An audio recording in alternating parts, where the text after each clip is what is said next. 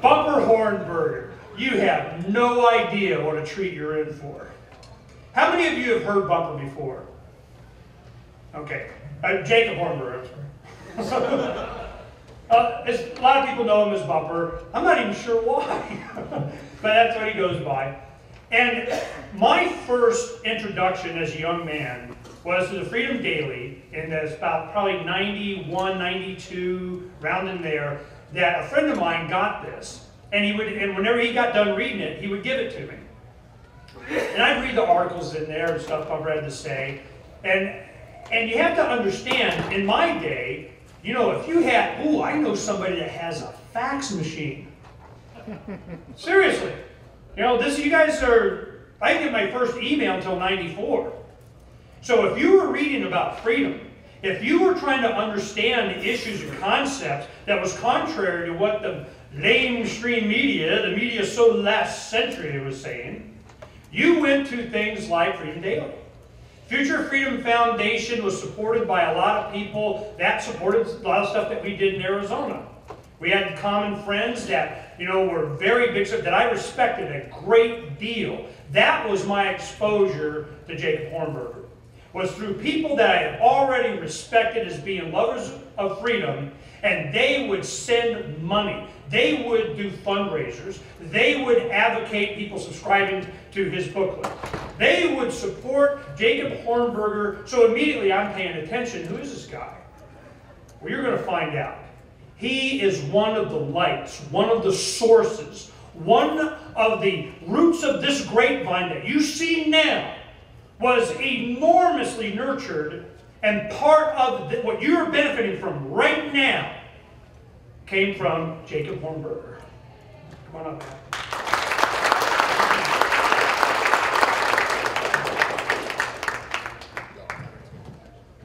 The ancient Chinese symbol for crisis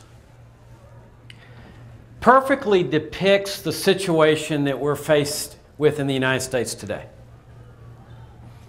Actually, this symbol was a combination of two separate symbols. One symbol denoted the word danger, and the other symbol denoted the word opportunity. And the Chinese put these two symbols together to form the word crisis. The danger that we're facing in this country today comes in the form of a perfect storm. On one half of that storm is the U.S. government's warfare state. And the other half involves the U.S. government's welfare state.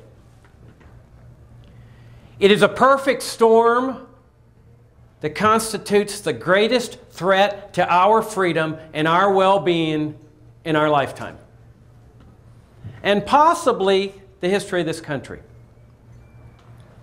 It is a threat that comes at the hands of our very own government. Consider the warfare state. We now live in a country in which the federal government has the power to detain Americans indefinitely, without a trial, to torture Americans, even to assassinate Americans. As we all know, that's what they're doing to foreigners. Right now, they're assassinating people in Pakistan, Yemen, Somalia. There's no trial. There's no judicial process. The determination on who's going to be taken out is made by a bureaucrat or a team of bureaucrats. And the determination is final. It's conclusive. Where does this power come from?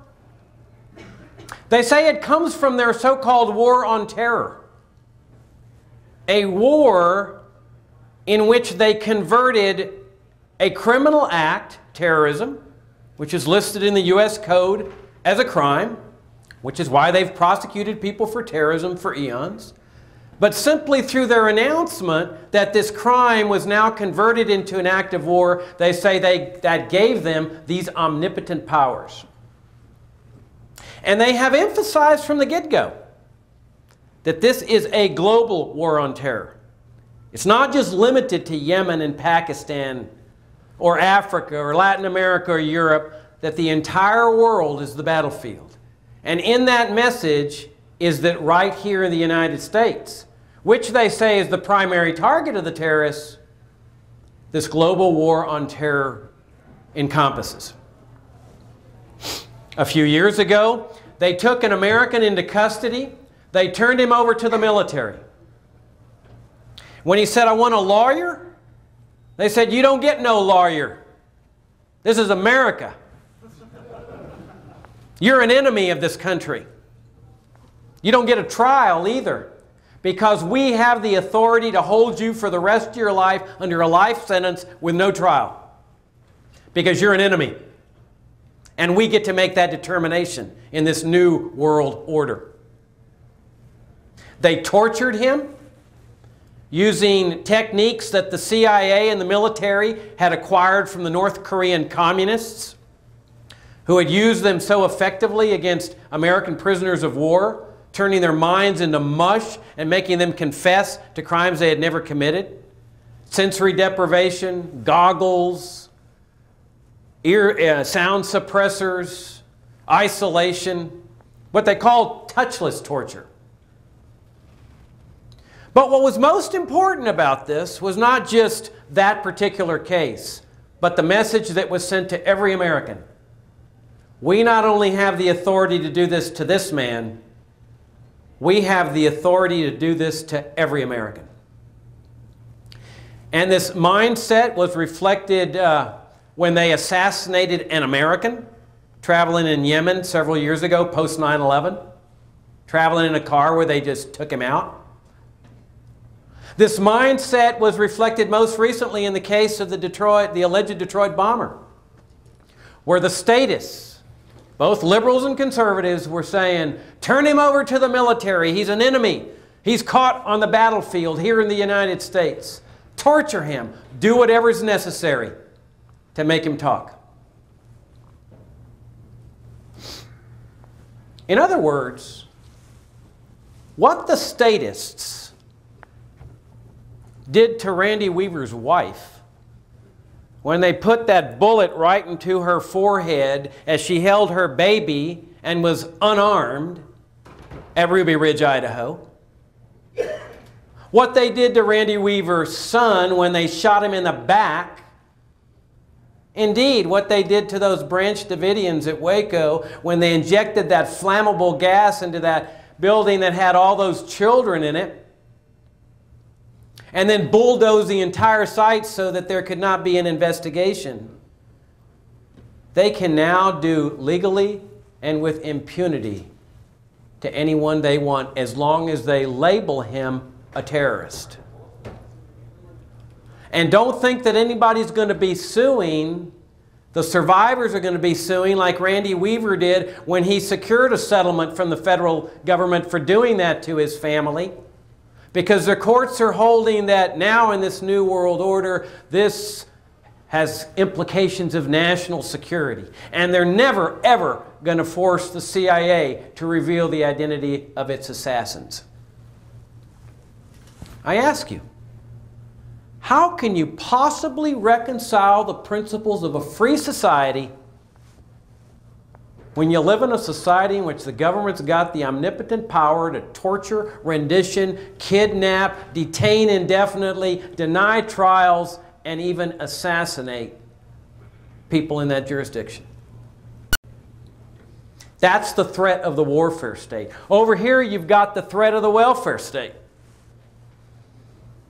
The seeds for this socialist system were planted at the turn of the 20th century when the so-called progressives were importing their socialist ideas primarily from the German socialists.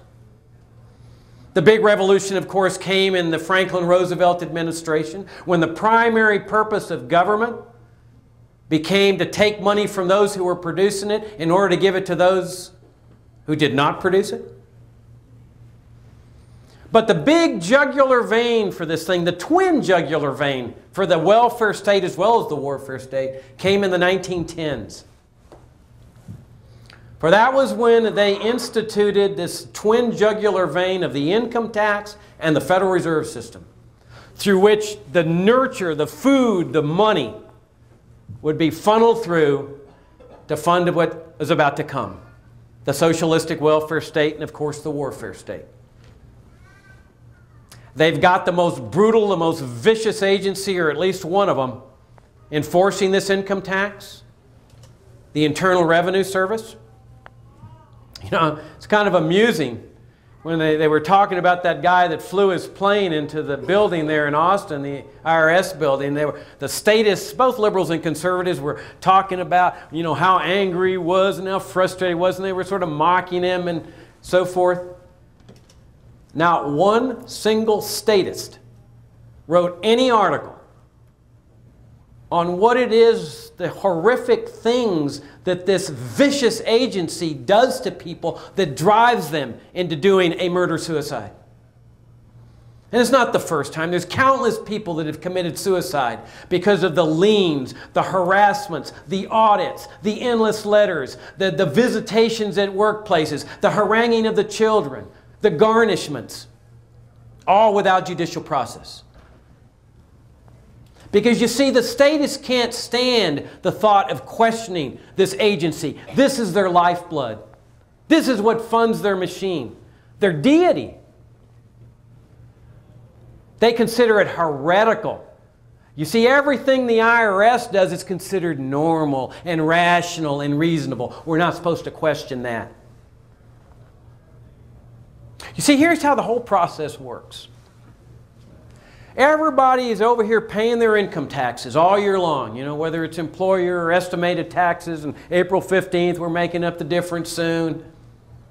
But what's happening is you've got this gigantic fund of money that's being funneled through this jugular vein into Washington.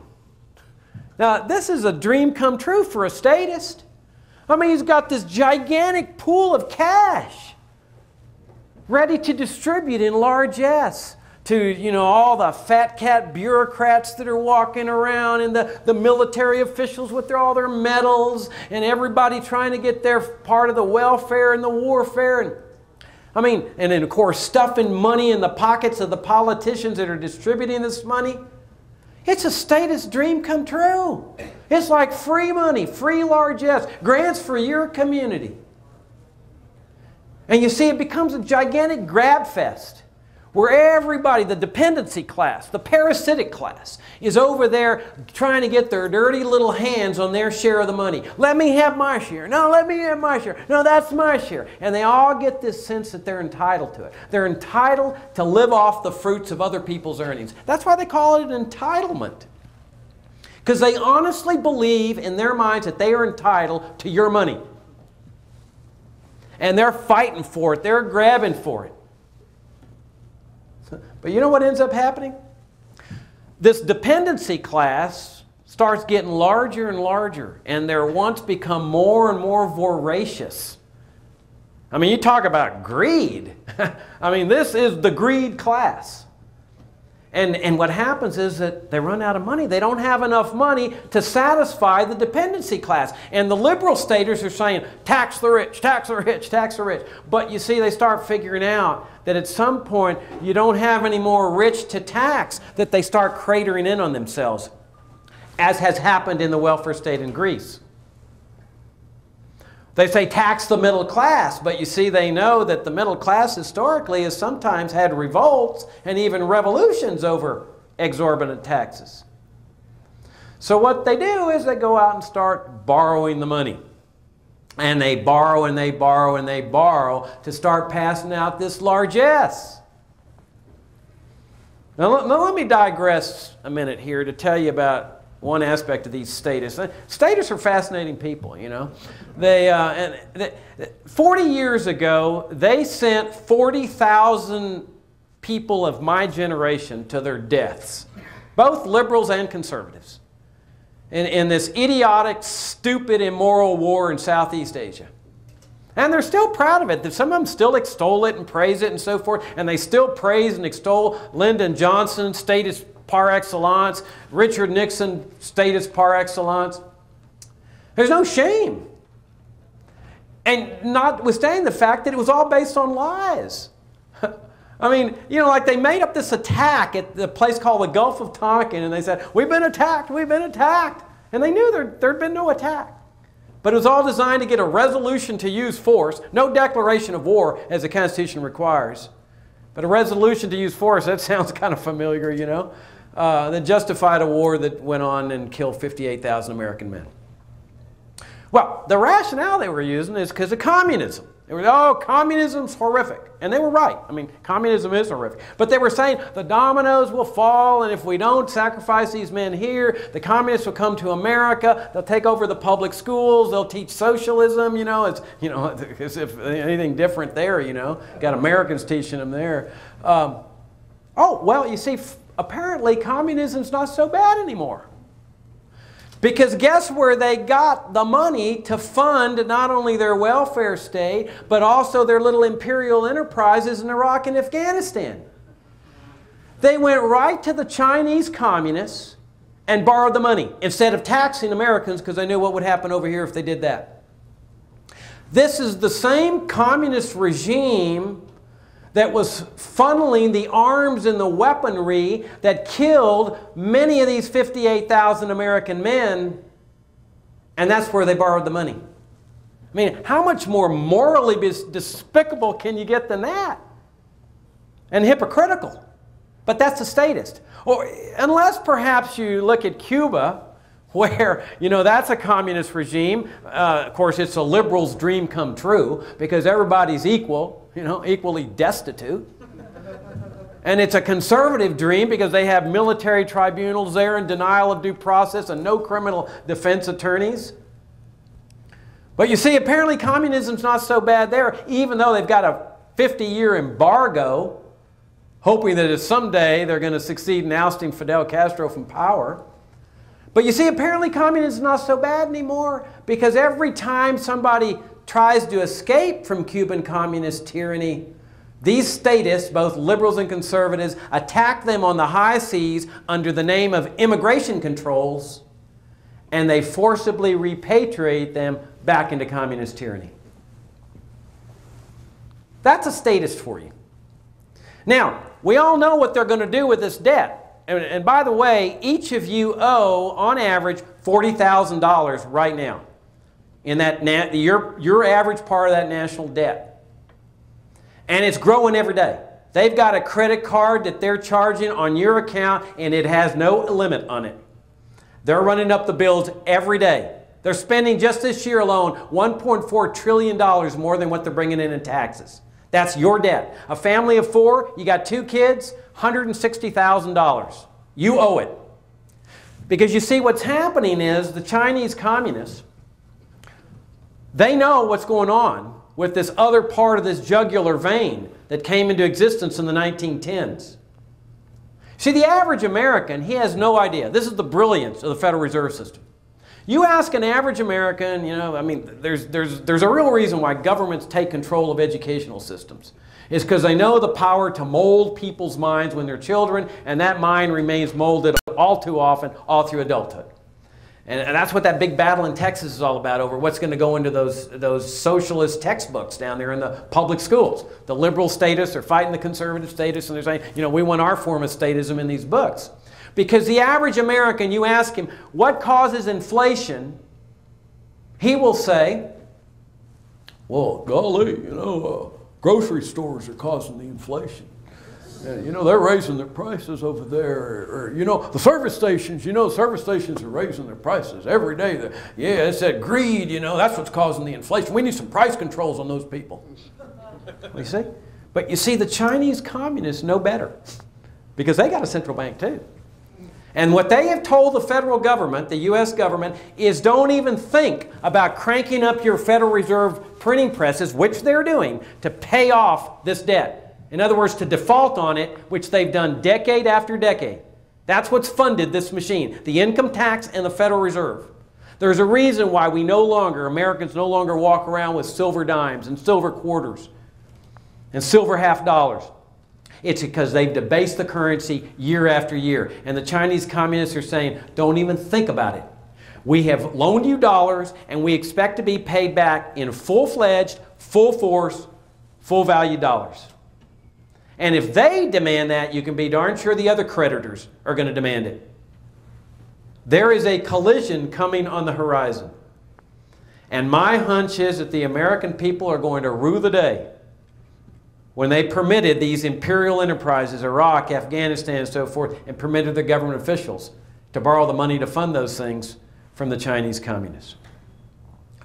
But this is a threat we face. It is a threat to our economic liberty, to our financial well-being, to our economic well-being.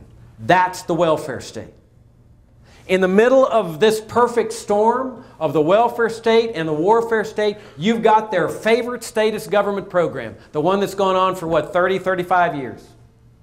The drug war, in which they have brought nothing but death and destruction to masses of people, destroyed lives with this war. And you know what it's all about? It's all about money and power. There's lots of people making money off this thing. There's judges on the take. There's prosecutors on the take. There's law enforcement agents on the take. You got CIA agents running drugs. You've got asset forfeitures in which they're stopping cars on the highway driven by poor people with cash, and they're just stealing the cash. It's a classic case of highway robbery. They're saying if you don't like it, sue us, knowing that the poor don't have the money to hire a lawyer, especially after they've had their cash taken from them. This is the biggest money maker for them, and that's why they fund it, because they got no other rationale for it. 30 years ago, they could argue, oh, well, we're going to stamp out drugs from society, and yet everybody knows they're not going to do that. Everybody knows that by now. It's ridiculous. But it is deadly and destructive. You've got the conservative statists saying they're chomping at the bits to send the military down to the southwest. Do exactly what the Mexican military is doing along the border. Barging down people's homes, haranguing people, arresting people, killing people, and of course, waging war on guns. You've got the liberal statists saying, person doesn't own his own body. We're going to punish him for ingesting these substances that he chooses to ingest. So you got all of this, these three wars. And embedded in these three wars is the concept of individual responsibility. Because you see, a statist hates that concept. Conservatives will preach it. You know, they go back to Ronald Reagan's old General Electric speeches, and with freedom comes responsibility. And they always had these cute little freedom mantras that they got back in the 50s. But when you hold up individual responsibility to a conservative statist or a liberal statist, it's like holding up a cross to a vampire. I mean, it's like, don't do it. I mean, look at 9/11. Who do they blame for 9/11? They don't take responsibility for what their foreign policy produced. That's the last thing they're going to do. You see, it's all freedom's fault. You see, they blame it all on freedom. The terrorists hate us for our freedom, which is maybe why they're taking away our freedom, so the terrorists won't hate us anymore. Well, let me tell you what happened here. When the Berlin Wall came crashing down, the Soviet Empire dismantled. The military and the military-industrial complex and the conservatives that love big government and foreign affairs, they started freaking out big time. People were asking, hey, what do we need a big Cold War military machine for? Cold War's over. What do we need NATO for? What do we need all these overseas bases for? Maybe it's time to start dismantling this, at least significantly reducing it, lowering taxes. They freaked out. They're entitled to their ever-increasing military budgets. It was their right to keep these things. They said, oh, we'll fight the drug war, and they send military down into Colombia. And they said, and we'll be the world's global cop. And the first thing they do, they turn on their old buddy, their old friend, their old ally, Saddam Hussein. Now that always shocks Americans. You mean the U.S. government was partners with Saddam Hussein? They called him a Hitler. Well, duh, yeah.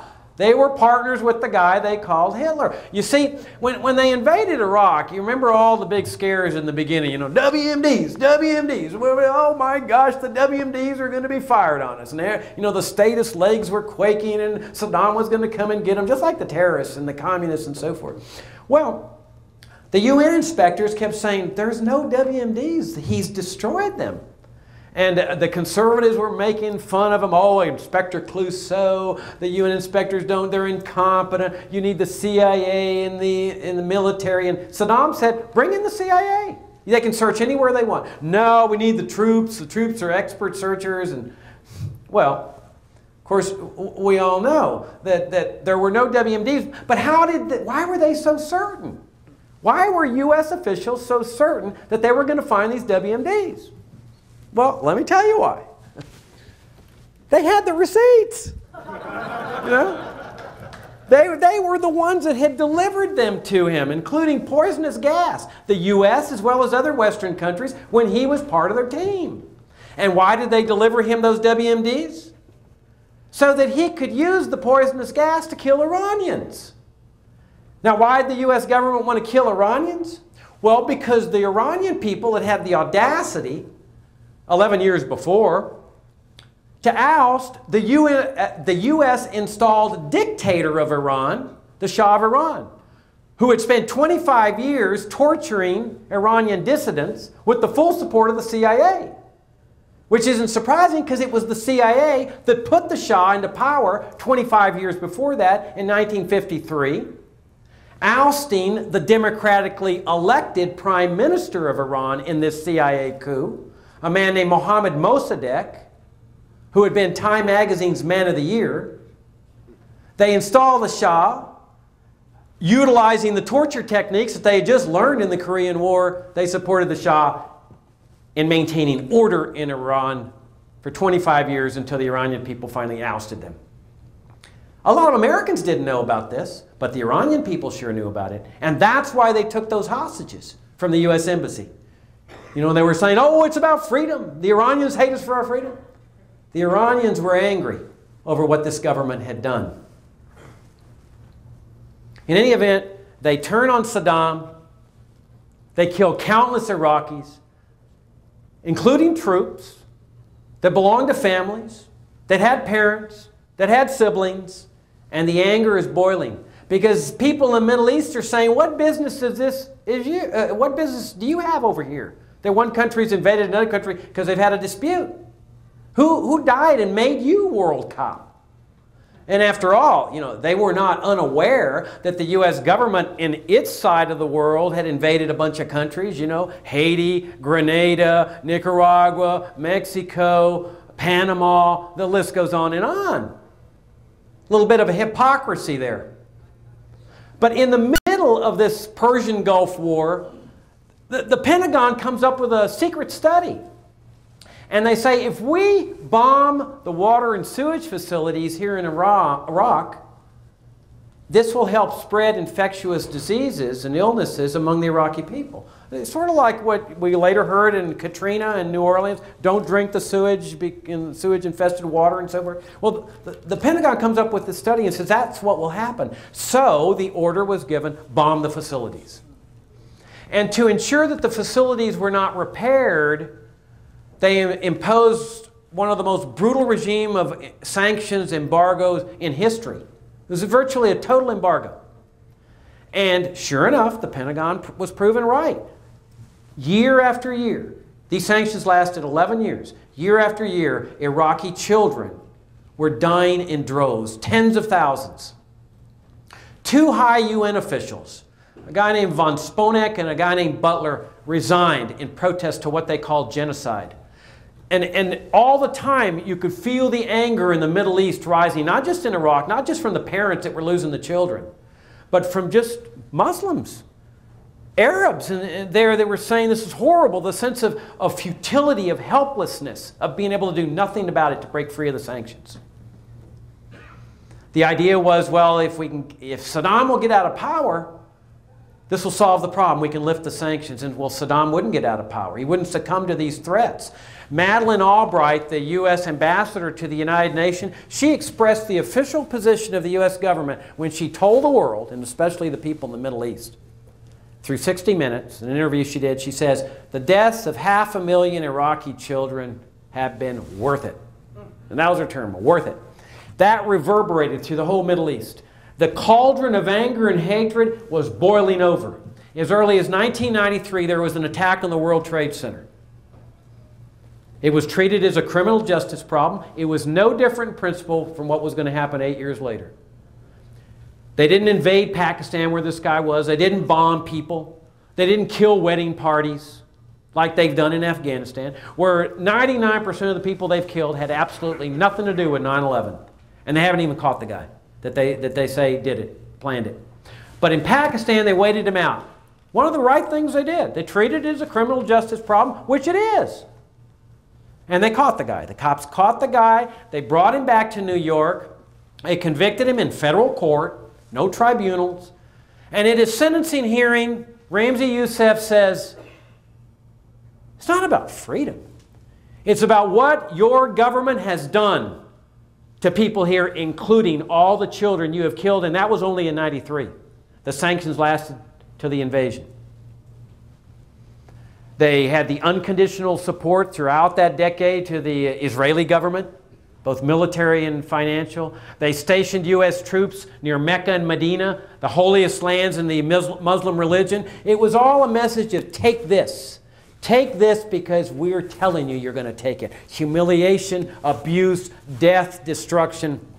There was the blowback, the retaliation on the USS Cole. There was the attacks on the embassies in Kenya and Tanzania. And then there was the attack at 9/11. And people say, 9/11 changed the world. 9/11 changed the world. It didn't change anything.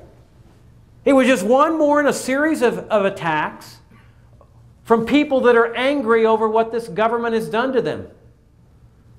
The same type of abuse multiplied 1,000-fold that the IRS and other agencies abuse Americans with. This was the anger that was boiling over. And what did the U.S. government do? They simply blamed it on freedom. And they said, we're going to use this as the excuse to invade Iraq. WMDs, they later switched that to say, we love the Iraqi people. We're here to save them and bring them freedom and democracy. Killing any upwards limit. Didn't matter. They had no upper limit on the number of people they could kill, despite the fact they said they loved them. So in other words, they used the invasion to accomplish what the sanctions had not been able to accomplish. The ouster of Saddam. They invade Afghanistan. They kill countless innocent people. It is the greatest terrorist-producing machine in history. Every day they kill 10. They produce 30 angry people. Sisters, brothers, sons, daughters, parents, grandparents, cousins. It's no different from what we would do if the Chinese invaded here. Some would cooperate with the occupation. Others of us would not. But it's all freedom's fault. You see it also in the welfare state. It's all freedom's fault. Remember the Great Depression? Oh, it's the failure of America's free enterprise system. We can't blame it on the Federal Reserve and what they were doing throughout the 1920s with their monetary manipulations, because that involves questioning the beloved welfare state. The housing debacle? Oh, no, it doesn't have anything to do with Fannie Mae and Freddie Mac, these quasi-government agencies that are guaranteeing these speculative loans, and it doesn't have anything to do with the Federal Reserve that's lowering interest rates, trying to encourage people to make these home loans when they have no business making them, or economic regulations forcing banks to make high-risk loans. Oh, no, it's none of that. It's all because of greed and the bankers and speculation. Because you see, they can't take responsibility. They got to blame it on freedom. So you have all these storms. You got all this darkness. You got this denial of responsibility. You got these threats to our freedom and to our well-being. But along with all this has come opportunity. Because you see, for the first time, there's ever-growing numbers of people that are asking questions. They're asking why this government spending is out of control, why the debt continues to skyrocket, what the role of the Federal Reserve is in all this. And as long as people are asking questions and they're not just robotically saying, yes, sir, yes, sir, yes, sir, then we got a shot. Because when people are asking questions, there's a good chance they may arrive at the right solution, and that's where we enter the picture.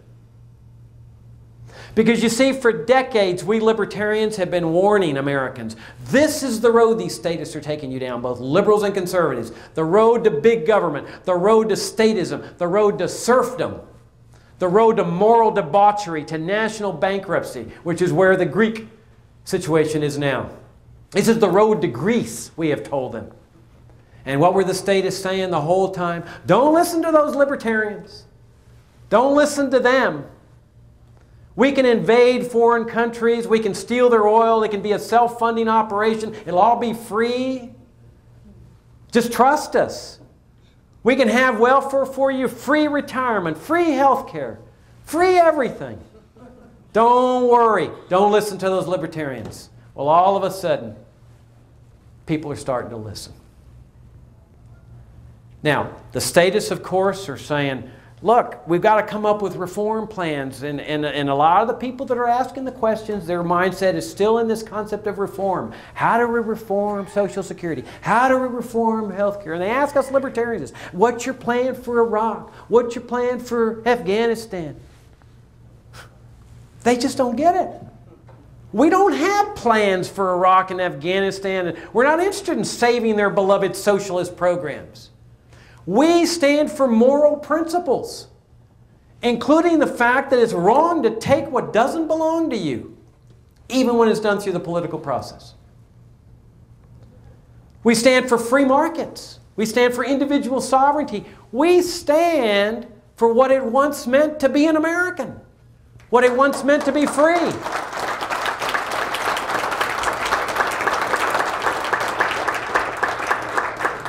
We're not interested in saving Social Security. We're interested in repealing it, and repealing it immediately.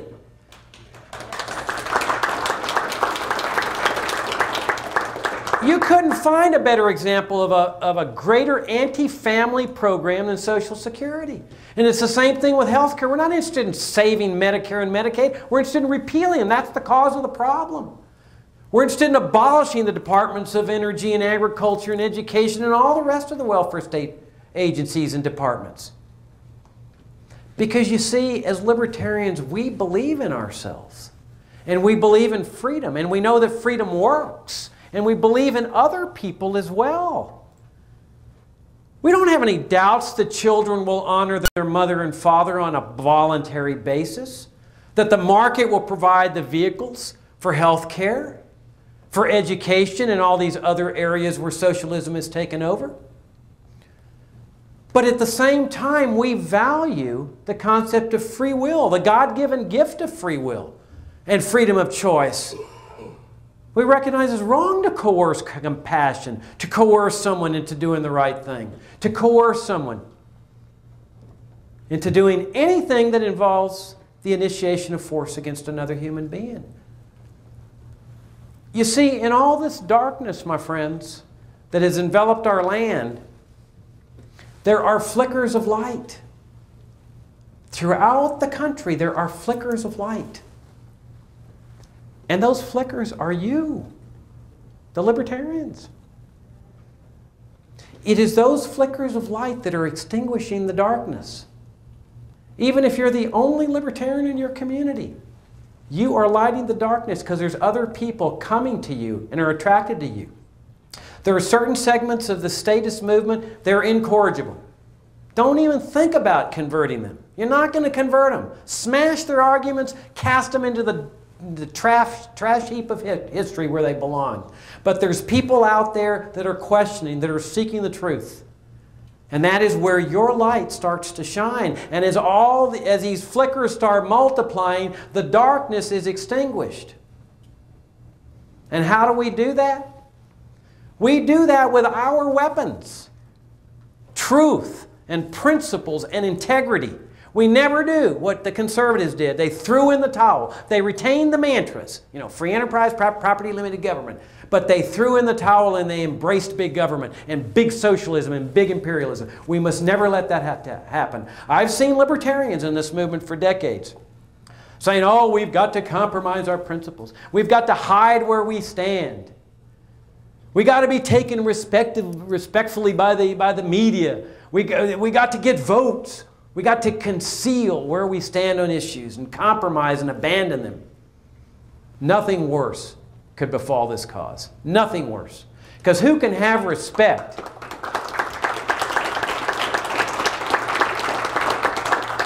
Who can have respect for a movement that engages in that type of conduct? We happen to belong to, we ought to be thankful we're alive today.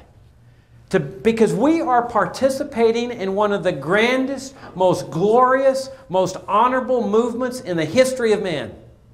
Our movement, the libertarian movement, the freedom movement, whatever label you want to put on it, ranks right up there with the movements for habeas corpus, Magna Carta, the Petition of Right, the Declaration of Independence, due process of law, the Constitution. We've got nothing to apologize, to conceal, or whatever. It's the statists that should be ashamed of their philosophy and ashamed of what they've done to not only the people of this country, people of the world.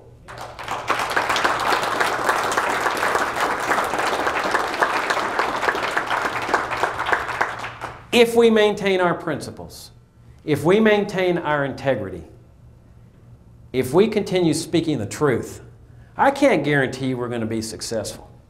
Life doesn't guarantee anything. But I can guarantee you that it's the only way to achieve success. It's the only chance there is. If we do that, we can confront these dangers courageously. We can overcome the statism that has enveloped our country, the darkness. We can make it through the storms. And we keep in mind that the darker and stormier it gets, as any mountain climber will tell you, may be an indication that we're closer to that mountaintop than we think. We continue doing that, we will seize the opportunity to lead not only the American people, but especially the people of the world to the highest level of freedom that mankind has ever seen. Thank you very much.